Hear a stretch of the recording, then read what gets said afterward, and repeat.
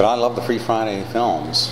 I think it's an important social service. I go there, and you get homeless people coming in. Yeah, it's true.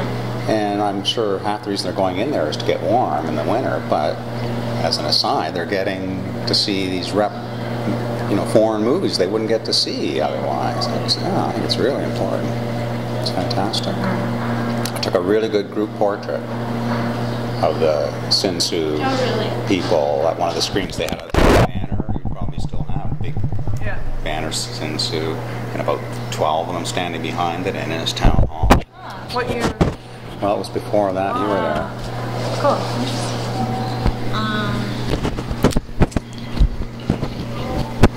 So, could you maybe just describe a typical spectatorship experience at the funnel, sort of the people that attended, the sort of nature of the film performance, and what a film performance is? Yeah.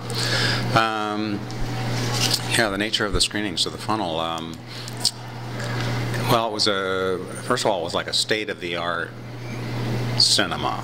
It was small, 100 seats, but it was an all-black room, which was unusual at the time. You know, a lot of people's favorite room now is Jackman Hall, but it's not all black.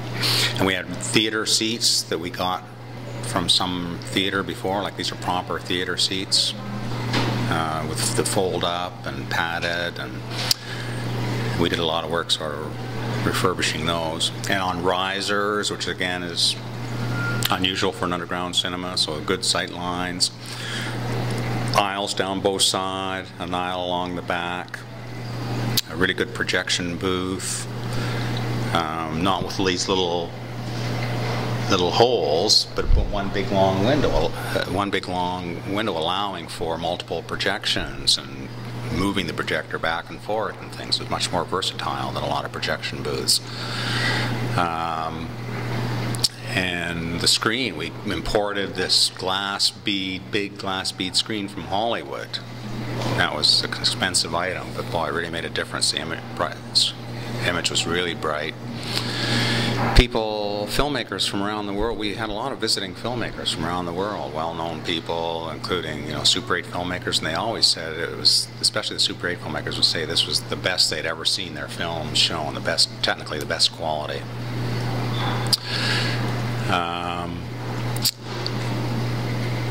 And there was a bit of space in the front, between the front row and the screen, so there was room for performance art. We had bands there sometimes.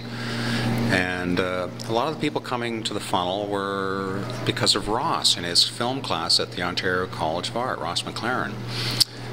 And so he would inspire people to be making 16mm and Super 8 films and hand processing and performance art. Again, I say it was sort of the punk time, so there was a lot of his students were doing that, and he was inspiring them, and he'd get them over to the funnel. He'd inspire them to come over to the funnel. So a lot of the membership and the energy base of the funnel was from the Ontario College of Art, those young students. So largely because of them, there was a lot of performance art happening there, and that's what I say, one of the things that inspired me to do performance art, and it was one of my favorite aspects of the shows there.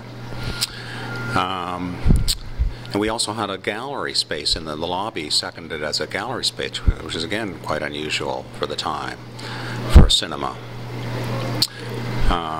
So artists would have shows in the gallery space. A lot of artists who didn't even make films liked to have a show at the funnel because it was sort of a cool space. And it was out of the way. A lot of people, the one detriment that people mentioned was it was way out in the East End where nobody else was, and everything was on Queen West, so it was a bit hard to get to in a bit of a dark, desolate neighborhood. But once you were in there, it was a sort of a cool space.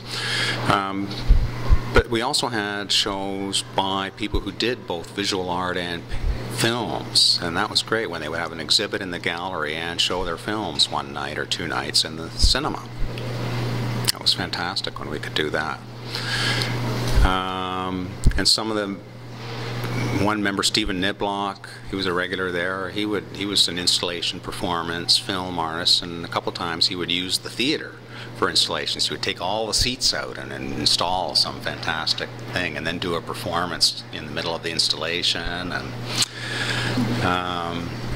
And another similar use, which is one of my favorites, were the Fast Worms people. And they were installation and artists and filmmakers. And so again, they would use the gallery for an installation and as a film set. They did this 2 or 3 times with the funnel. They would put it with some elaborate installation where it was like an environment with chocolate all on all the walls or something like that, and then they would get their friends together and shoot a Super 8 film in the installation and then show the film and other films at a screening in the theater. I thought that was just fantastic, all the multiple uses that could be made and were being made. They were among my favorite Super 8 filmmakers too, Fast Worms. What else? So there's more to that question about the experience. Did you talk about? I just asked if you could speak about the nature of a film performance and what a film performance is, because I know on your website you talk about. Oh, and part of the well, there's different ways of that you can call a film performance. The classic one is where there's somebody up in front of the screen, and I do this myself, doing some live miming or something in front of a projected film. And a lot of people did that sort of thing. But then there's performance where the performer's in the projection booth and manipulating the projector live while you're showing, and someone like Willem Tedder would do that sort of thing.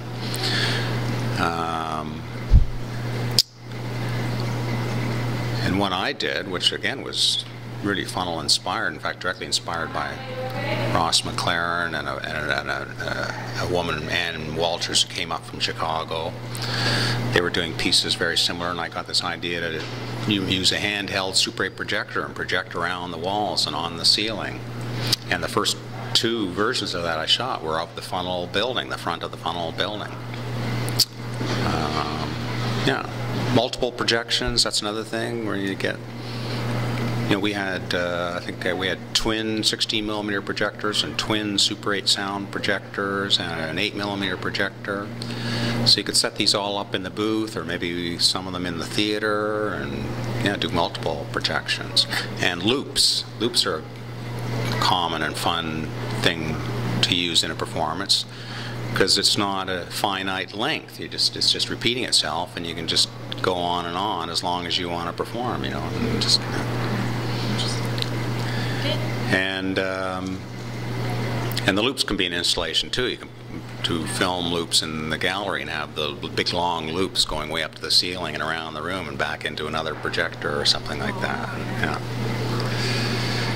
And I mentioned there were bands. Sometimes there would be a band playing with live, and that's actually I met the band Fifth Column through the funnel, because they were making films and showing films that they bore from the library along with them while they were playing, but they were also coming to the funnel a lot.